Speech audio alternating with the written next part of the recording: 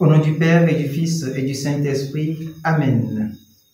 Ô Seigneur, envoie ton esprit et tout sera créé, et tu renverras la face de la terre. Évangile de Jésus-Christ selon Saint Luc, chapitre 10, versets 38 à 42.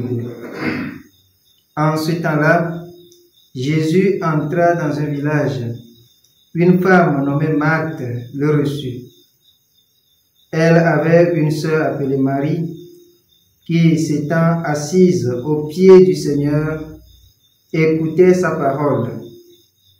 Quant à Marthe, elle était accaparée par les multiples occupations du service. Elle intervint et dit, « Seigneur, cela ne te fait rien que ma sœur m'ait laissé faire seule le service. Dis-lui donc de m'aider. » Le Seigneur lui répondit, « Marthe, Marthe, tu te donnes du souci et tu t'agites pour bien des choses. Une seule est nécessaire. Marie a choisi la meilleure part. Elle ne lui sera pas enlevée. » Acclamons la parole de Dieu. Louange à toi, Seigneur Jésus.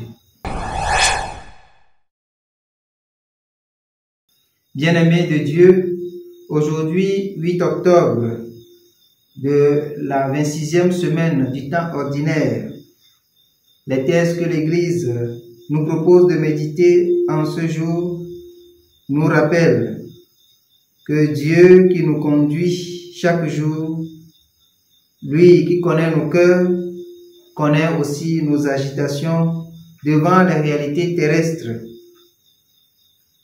Oui, sur le chemin d'éternité, il veut nous amener à aimer les réalités d'en haut, pour que, bien qu'ayant les pieds sur terre, nous puissions aussi avoir l'attitude des yeux levés.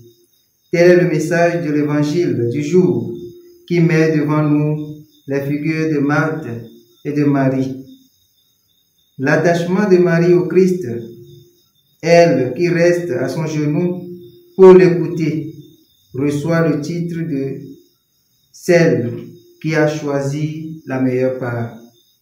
Mais en fait, toute la vie de l'homme est écartelée entre l'expression ou bien l'amour pour les choses terrestres et au détriment des choses d'en haut. Ce que Dieu veut de nous aujourd'hui, c'est de savoir reconnaître et de choisir ce qui est éternel pour nous. La question la plus importante, qu'est-ce qui est le plus important pour nous aujourd'hui? Qu'est-ce qui est le plus important pour moi, pour ma vie? En quoi je m'attache le plus dans ma vie, au point d'oublier l'essentiel? Cette question, chaque chrétien doit se la poser. Aujourd'hui, dans notre monde, nous courons de gauche à droite. Nous courons parfois jusqu'à remplir notre vie des choses qui nous empêchent de reconnaître la présence de Dieu.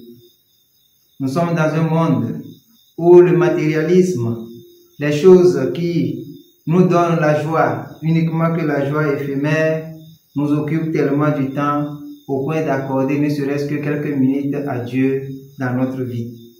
L'écoute de la parole, l'écoute attentive de la parole, à l'exemple de Marie, est une attitude pour pouvoir raviver la foi qui est en nous et mener une vie qui plaît au Seigneur.